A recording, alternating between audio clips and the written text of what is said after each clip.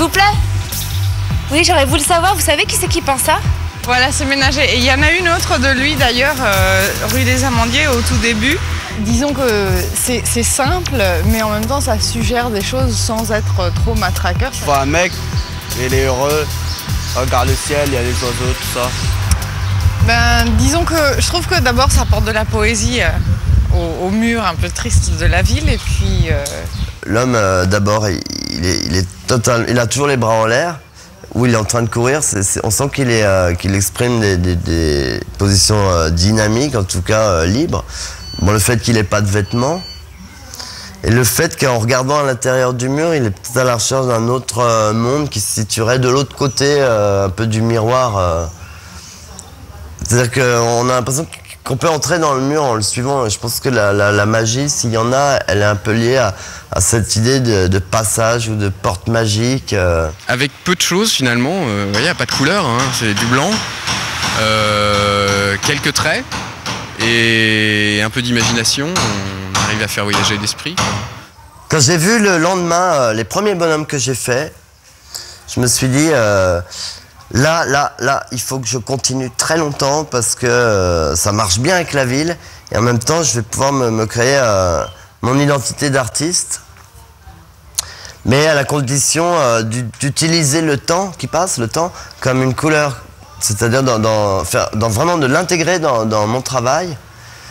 Et il y a la durée du mur, quand il est peint, combien de temps il va durer, et puis il y a aussi... par endroit, par quartier, les déplacements, ça veut dire on disparaît là, on réapparaît ailleurs. Tout ça, ça fait qu'il y a une histoire qui se dessine et que chaque quartier, chaque rue, elle a aussi sa petite histoire avec ses mouvements. La peinture dans la rue, c'est un geste direct qui est prévu d'avance. Et là, il n'y a plus le problème d'être concentré, il y a au contraire toutes les rencontres que cette action provoque. Alors les oiseaux, c'est rajouté pour justement transformer instantanément la surface du mur en ciel. D'aller trouver un mur dans la rue, c'est comme de faire un tableau dont le fond est déjà fait. Mais le fond n'est pas limité à la taille d'un tableau. Souvent, ça me gêne la limite des bords de la toile. Donc une panne dehors, c'est étendre ça. C'est aussi que c'est pas limité, c'est le ciel, c'est toute la planète finalement, le tableau quand on peint dans la rue. J'ai eu quelques commandes comme ça. Il y a eu aussi un architecte qui m'avait demandé de faire le rez-de-chaussée de son immeuble en fait. Ça c'est bien pour deux choses. D'abord ça fait des sous qui rentrent, et c'est pas mal du tout quand il y a des sous qui rentrent. Parce que tout le reste c'est jamais payé. Et de deux, c'est vrai que ça fait aussi des choses qui durent longtemps. Parce que l'inconvénient à ce moment-là de la peinture de rue normale, entre guillemets, c'est que ça peut être effacé ou recouvert par un autre. Donc quand on est en hauteur comme ça, on n'a pas le risque d'être recouvert par d'autres bombages et tout ça. Au départ, ma vision de la ville, c'était de me dire c'est comme un immense appartement, Paris. Donc il y a des chambres fermées et il y a des couloirs. Et les couloirs, en fait, c'est les rues. Donc on a le droit de mettre des tableaux dans le couloir, quoi.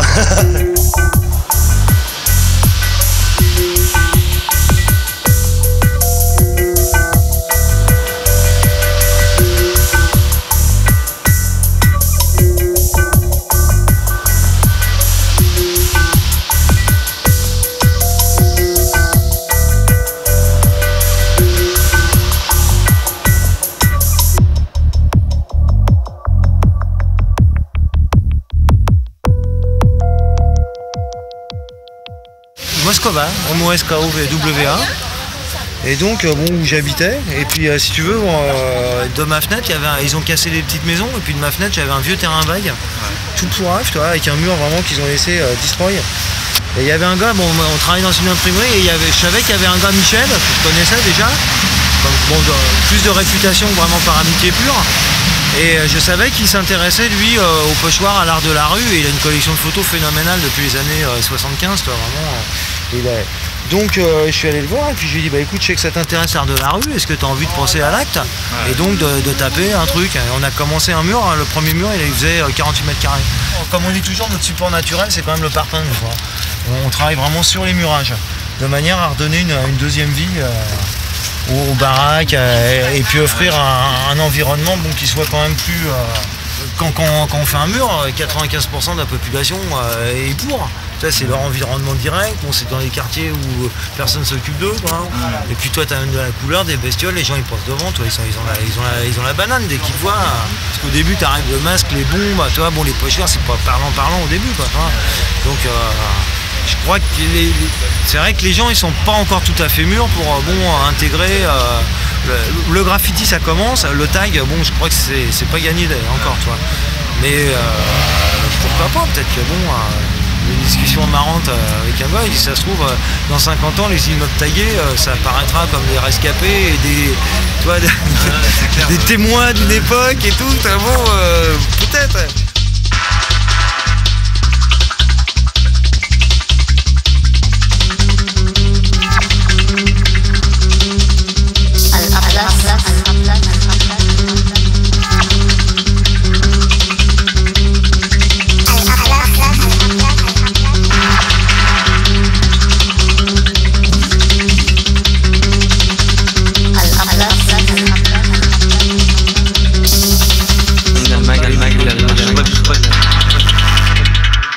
Le rapport avec la ville et les passants, pour moi, c'est aussi une résistance à tout ce qui est signalétique pour la voiture, quoi. Enfin, toute la signalétique en ville qui est destinée à 90% pour les voitures. Et au moment où je fais ça, pour moi, évidemment, c'est destiné à celui qui marche. Et c'est aussi une manière de dire, en dehors de tout ce qu'on vous montre, de toutes les directions qu'on vous donne à prendre. C'était une manière de dire chacun peut choisir son sens. Je faisais déjà de la calligraphie arabe tout seul et j'étais attiré par la calligraphie, par toutes les calligraphies, mais surtout par la calligraphie arabe. C'était d'abord l'esthétique qui m'attirait et j'avais l'idée d'apprendre cette esthétique pour la réintégrer dans le graffiti. Mais les sources, au début, elles étaient beaucoup, ne serait-ce que dans le graffiti. C'était le geste à l'état pur, parce que j'ai quelques problèmes avec la justice. Donc voilà, et en même temps, c'est ça qui m'a aidé, c'est cette répression qui m'a aidé à passer, à faire des affiches, à faire des toiles, à faire du scotch, à faire des boussoles. Que la loi pour le sol n'est pas la même que pour les murs. Et donc en fait, sur les boussoles, il y a écrit Atlas en koufi autour d'un carré. Mais tout de suite, mon souci, c'était de déformer ces choses-là autour de formes pour trouver la frontière entre les idéogrammes et les phonèmes. Mais je travaille que l'été pour les boussoles, quand le chaud vient, parce que les bandes se fondent dans le bitume. C'est pas que pour dire, ouais, on donne de l'art à ceux qui n'ont pas moyen d'y aller. C'est pas ça. C'est que à partir du moment où tu mets un tableau ou une peinture dans la rue, elle a une autre valeur que dans un musée. Parce qu'elle est dans un espace public et qu'il y a une réappropriation.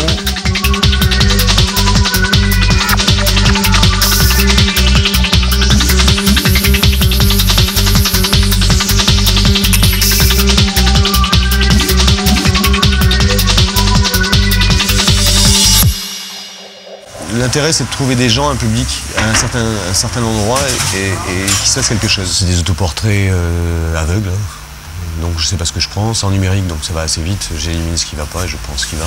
Bon, il faut tramer un maximum pour que ça passe, mais en même temps, il faut que ce soit très contrasté, que ce soit visible de loin, contrairement aux pubs qui sont trop jolies, enfin qui sont trop photographiques, quoi. En plus, ça intègre les gens qui passent, quoi. Pas les gens qui passent à 5 km, mais on peut toucher, on peut abîmer. C'est plutôt au moment où tu te dis que tu cours après un marché qui n'existe pas et t'as pas tellement envie de faire des objets pour un public complaisant qui dit j'aime l'art et j'achète de l'art. Et donc tu fais plus des choses pour vendre, mais pour vivre une expérience, peu importe laquelle.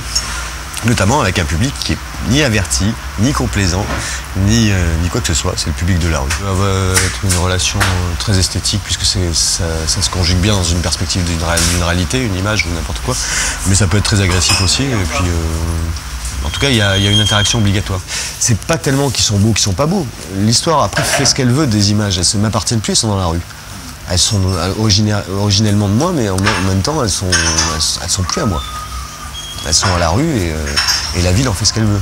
Il y en a que 2 où on voit quelque chose et elles sont en général arrachées dans la journée. Enfin, au niveau de là où il faut pas, donc c'est très bien. Donc c'est très bien, la censure se fait toute seule et puis j'ai pas à me poser le problème là-dessus. Les gens ne vont pas subir l'esthétique de qui que ce soit Ménager, que ce soit la publicité, que ce soit Buren, qui prend des droits à chaque fois qu'on photographie la mairie de Lyon, parce qu'il est juste devant et qu'il a été commandité par les mairies de Lyon. Tout ça, je trouve ça abominable d'imposer quelle carte que ce soit aux gens sur un long terme. C'est du despotisme. Moi, ce que je veux imposer aux gens, parce que je l'impose, puisqu'il y a plein de gens qui ne sont pas d'accord, ça les agresse, qu'un homme tout nu hante leur rue ou un truc de ce genre, mais ça dure très peu de temps. Et je leur permets de le détruire, et je trouve ça plutôt bien, et même je vais les photographier quand c'est détruit, plutôt les... Et quand on fait des installations, on sait qu'on fait quelque chose qui va disparaître, et assez rapidement. Il va seulement rester un souvenir, une expérience, mais pas une œuvre.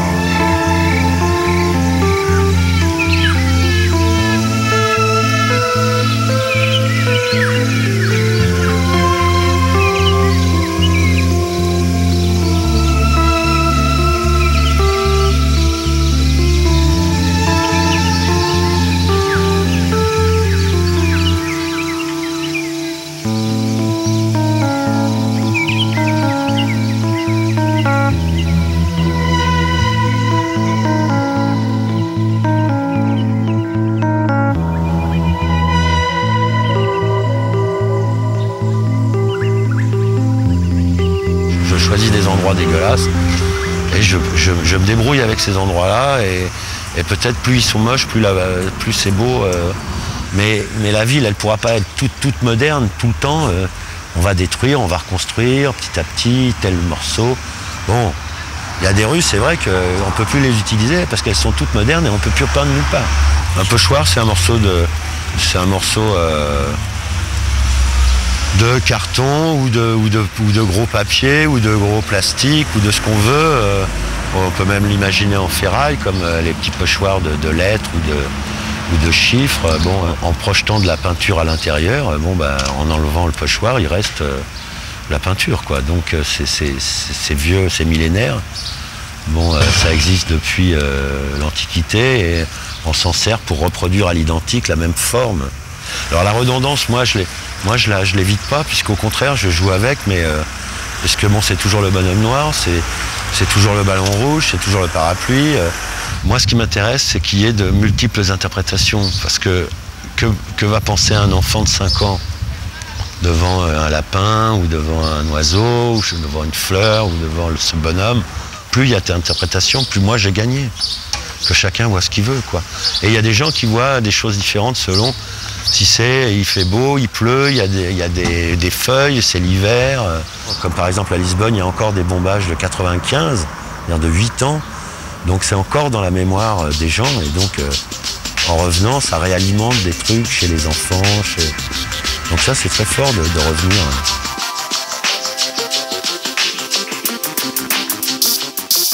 Et les gens dans la ville, ils vont commencer à saturer gravement avec l'histoire de la publicité. Ils vont en avoir tellement ras-le-bol avec la télé et tout partout. Donc il y a de l'avenir sur la peinture de rue, parce que comme il y a de l'avenir pour le chanteur de rue, comme il y a de l'avenir pour l'acteur de rue, le théâtre de rue, etc., les intervenants qui sont dans la rue et qui l'utilisent tel quel, qui improvisent avec.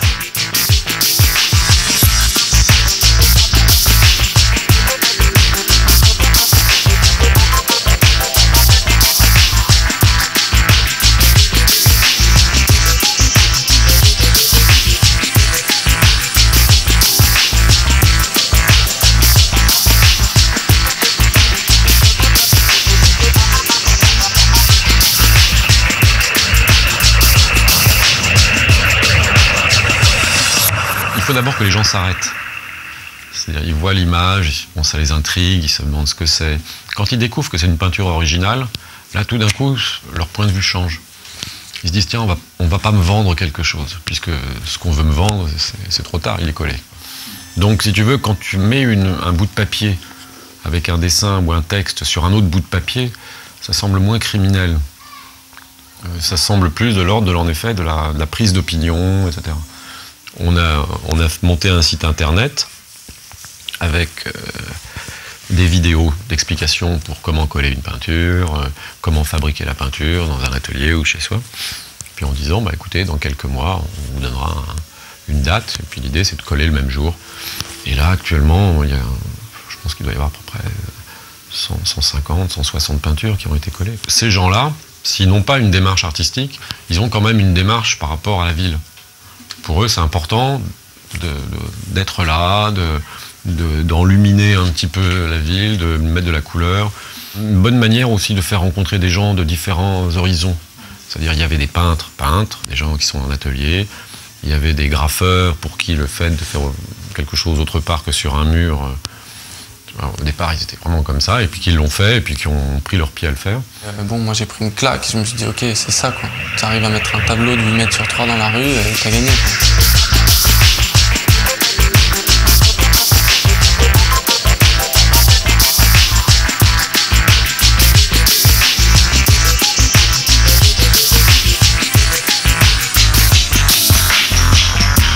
C'est vrai qu'au niveau esthétique, la ville, contrairement aux villes américaines, où je dirais que c'est une juxtaposition de biens privés dans lequel l'État n'a rien à dire de particulier, nous ici, c'est vraiment pas ça, quoi. C'est vraiment une structure politique, sociale, qui décide de ce que tu vas voir dans la rue, quoi.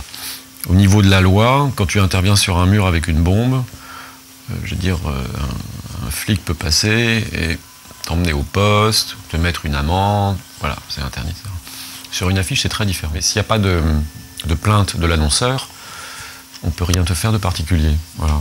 Donc, et puis je dirais que l'affiche, c'est quand même, enfin je dirais là, culturellement et historiquement parlant, l'affiche, même si elle a été détournée de son sens essentiel, qui était celui de c'était la manière de réagir des mouvements politiques, des mouvements d'opinion. Je veux dire, avant que la télévision n'arrive, l'affiche, c'était quand même le truc qu'on mettait sur le mur et que les gens pouvaient voir. Mais oui, mais là où c'est pervers, c'est que cette publicité, maintenant, elle est sous plastique. Ça devient du mobilier urbain. Et le mobilier urbain, si moi j'interviens dessus demain, si je mets une affiche dessus, les flics passent, ils peuvent arrêter. Voilà. Je veux dire, autant quand tu as ton poste de télé, tu l'ouvres, il y a de la publicité, mais si tu n'as pas envie de la voir, tu la fermes, tu zappes.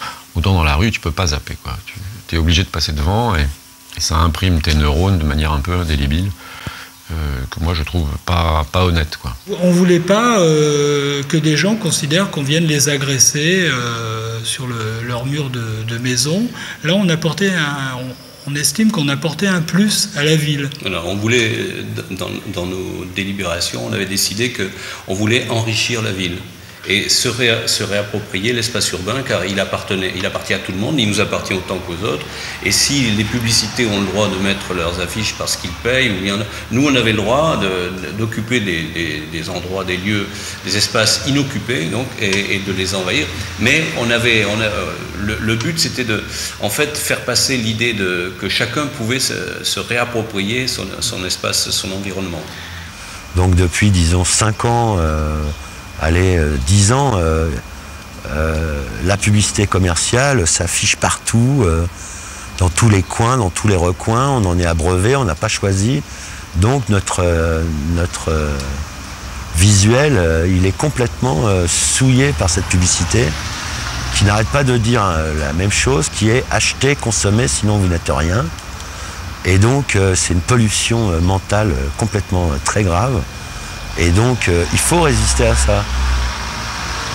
C'est une résistance active, parce qu'il faut peindre, il faut agir.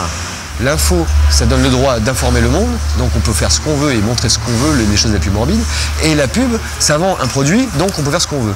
On a le droit il n'y a pas de limite dans la censure et l'interdiction. Et dans l'art, comme c'est un acte gratuit, là, ça pose un problème. Mais je crois que quand même, on a un petit peu mieux intégré la notion d'espace public, qu'on s'est rendu compte qu'on pouvait vivre autrement, qu'on s'est rendu compte aussi que les enfilades de murs de béton, c'était sinistre, et que si un artiste, en griffant le mur, peut transformer l'image et la façon dont on perçoit ce mur, ça peut être aussi intéressant pour l'espace urbain dans lequel on vit. C'est assez étrange de voir que ces murs peints sont apparus dans les années 70-80 pour un petit peu restaurer certains bâtiments qui avaient été construits après-guerre et qui nécessitaient un ravalement, etc. Et comme la ville commençait à devenir un peu sinistre, souvent dans les villes nouvelles et choses comme ça, ils se sont dit on va faire des grandes peintures. Très bien, il y a eu des choses intéressantes qui ont été faites, qui ont d'ailleurs été très vite récupérées par la pub, parce qu'il fallait quand même trouver des sous pour la faire. Et ce qui est très étrange aujourd'hui, c'est qu'il y a beaucoup de grandes peintures murales comme ça, et qui fonctionnent vraiment comme des signes par rapport à la publicité, parce que souvent en dessous de la peinture murale, il y a un panneau publicitaire ou deux. Il n'y a qu'à voir Jérôme Ménager à Ménilmontant, tu montes, tu as 2 panneaux publicitaires en dessous. Donc en fait, la peinture fonctionne comme une flèche. Regardez, il y a de la publicité en dessous. Parce qu'en fait, la publicité n'a pas le droit d'être au-dessus de 6,50 m.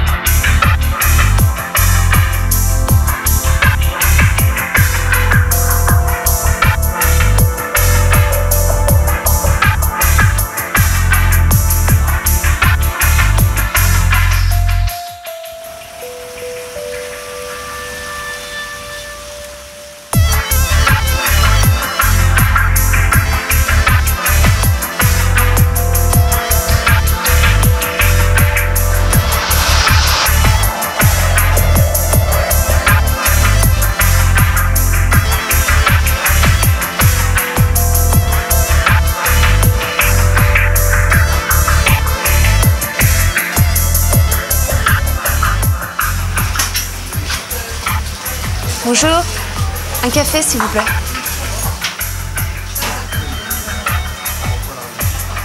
Excusez-moi, je voulais simplement savoir, vous savez si c'est la même personne qui a fait les dessins là sur l'aventure? Ah non, non, non, là il y a deux artistes. Les chats, c'est de Mystique, une femme, et c'est Ménager, qui a fait l'homme blanc qui est en train de boire sur la vitrine. Voilà, c'est 2 peintres qui peignent sur les murs. Et vous savez pourquoi ils ont fait ça?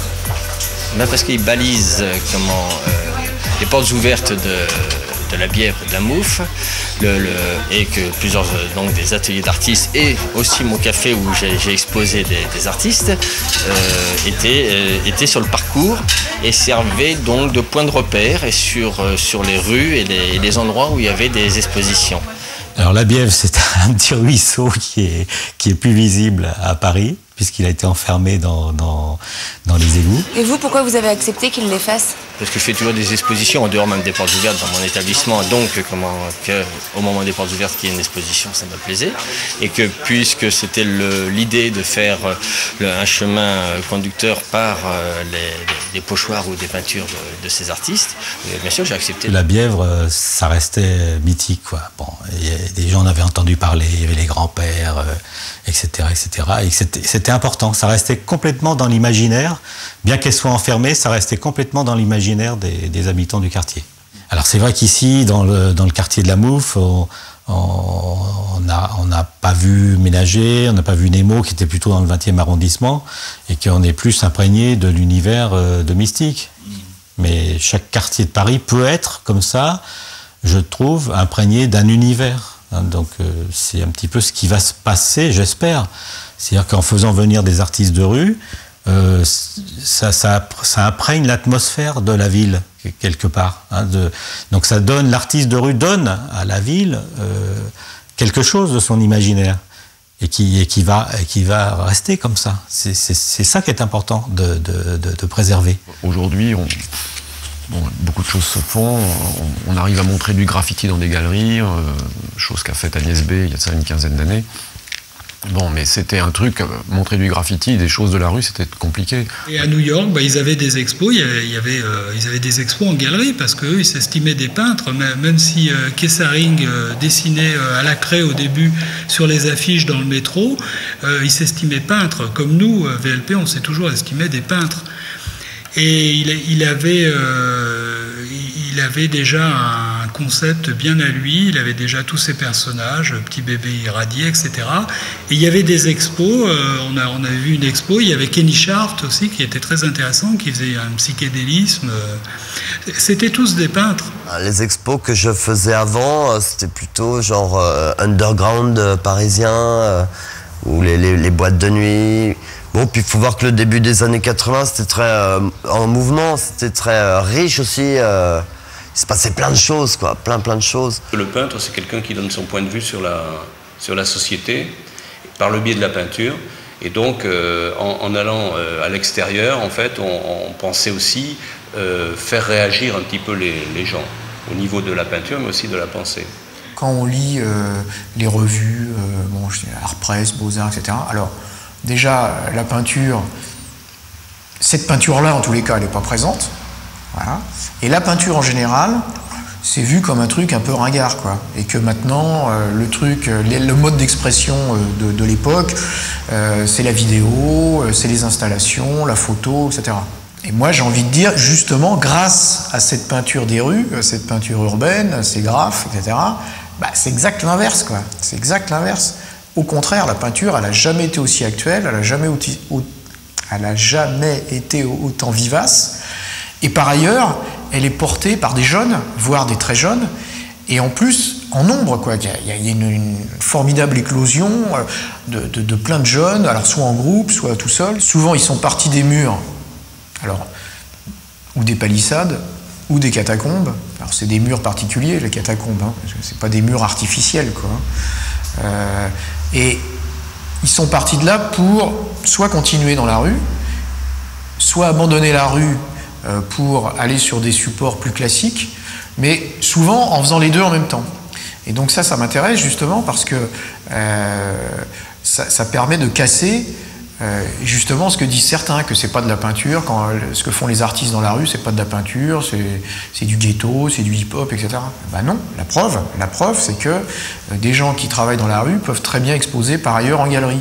Je trouve qu'on doit faire les deux, que nous, on doit continuer de notre côté à faire des choses pas permises, parce que la spontanéité est tout autre, et le rapport aux gens et à la rue est tout autre. Que ça, j'arriverai jamais de le faire.